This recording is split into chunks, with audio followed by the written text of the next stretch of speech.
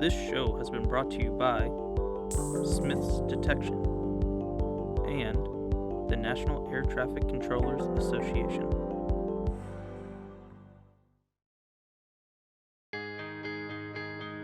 My voice is the voice that guides you home safely each and every day.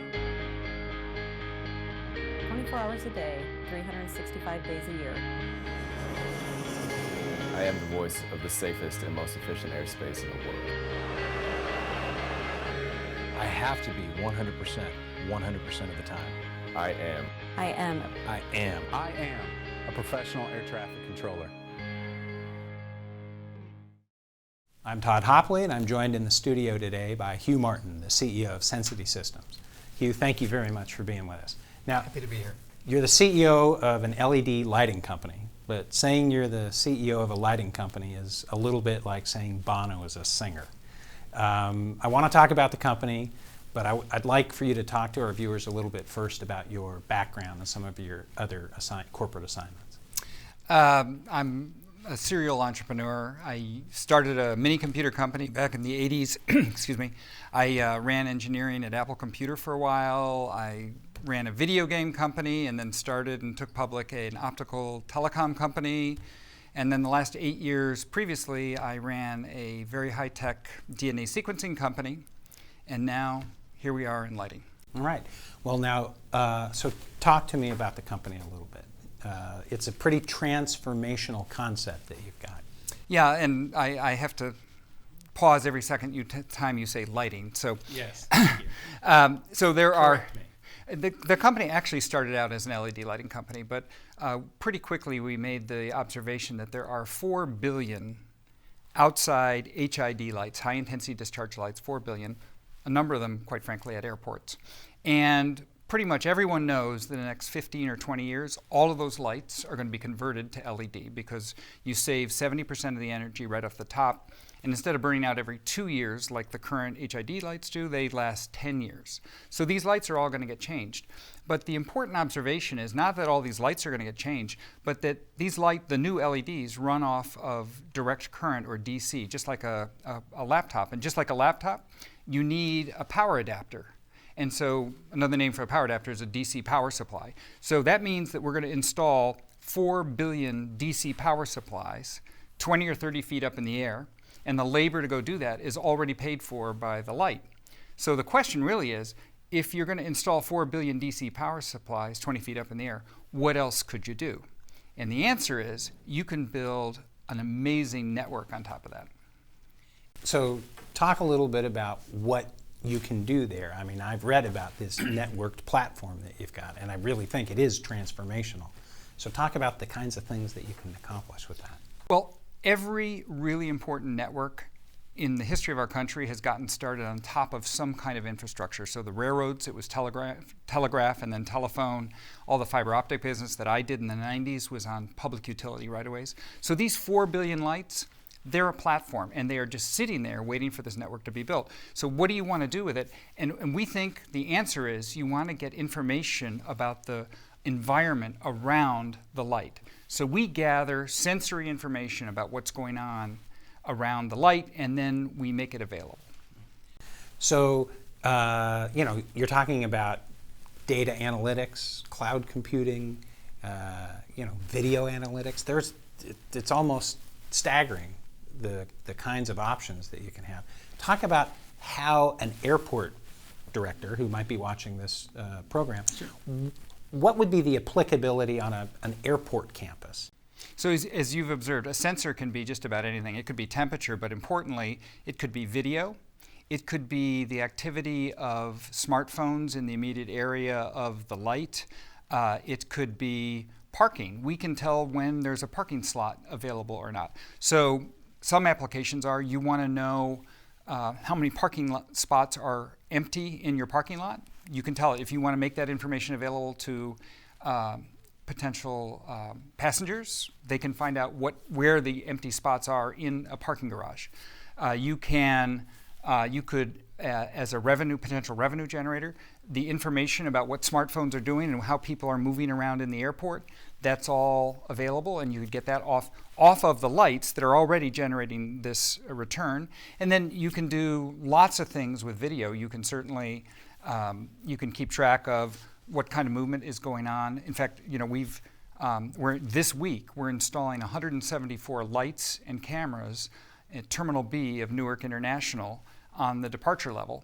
And they're going to be on the outside of the terminal and just on the inside of the terminal on the departure level. And they're going to be looking at primarily the behavior of cars. How long do they stop? When have they been there too long? What kind of cars are there? As well as movement of people in and out of the terminal.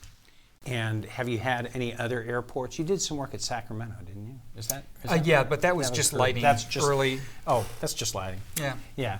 But so the Newark piece is really the first time that you've used the ability to have this kind of networked, data-rich environment. And then, you know, if you go outside, one of the things that we do that I think is could be interesting is we've developed a very, very powerful high-mast application. So high-mast, you know, 100 to 150 feet up in the air, a ring typically with 6 or 8 fixtures.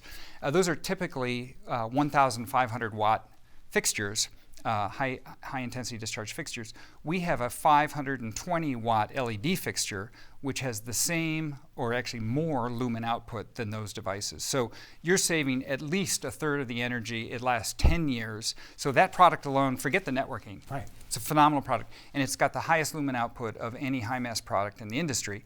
But now when you add networking to that, now, not only can you control its intensity based on, you know, there may be no aircraft activity around, and so you're going to dim the lights. Bring it down. Or you may want to use cameras. You may want to use RFID tracking, so you can track pallets or cargo containers. So there's a lot of things you could do with that information.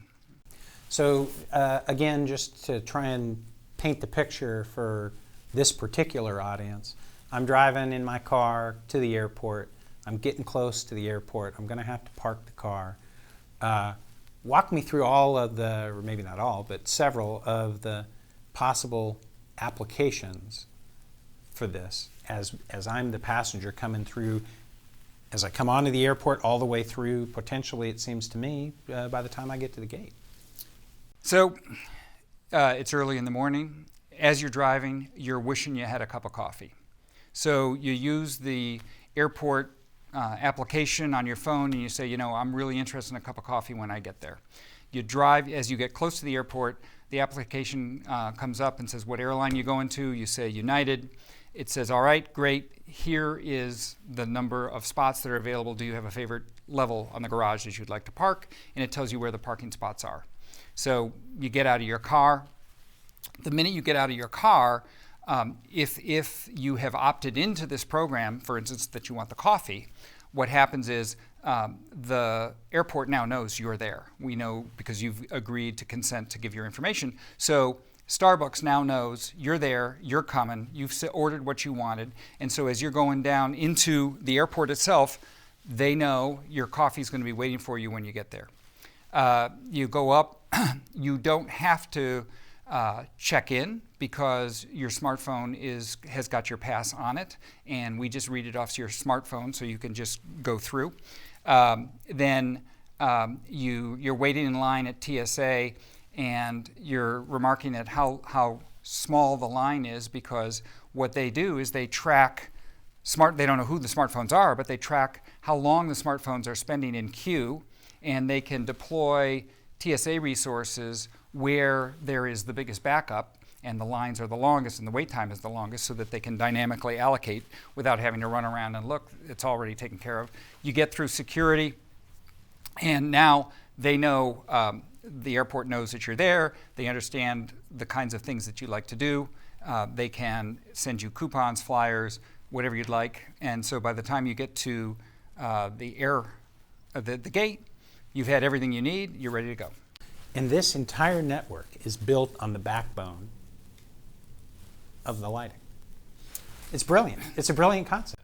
And the thing I want to point out too is we're not doing all those applications. No, I all we understand. do is we built the network on top of the lighting, which Right. the lights got to get changed anyway. Right. And then we made an API, a programming interface. So all of the developers who offer these applications, they write to that data, and we make that available in the cloud. Open architecture, You got it. cloud computing, data analytics, LED lighting, the whole package. Every buzzword you can think of. Well, thank you for coming in and talking to us about it. We appreciate it, and hopefully we'll have a chance to have you come back after Newark and some of the other airports, and we'll talk some more about going forward on it. Terrific. Well, thank you for the opportunity. Thanks a lot. Okay. Thank you for watching.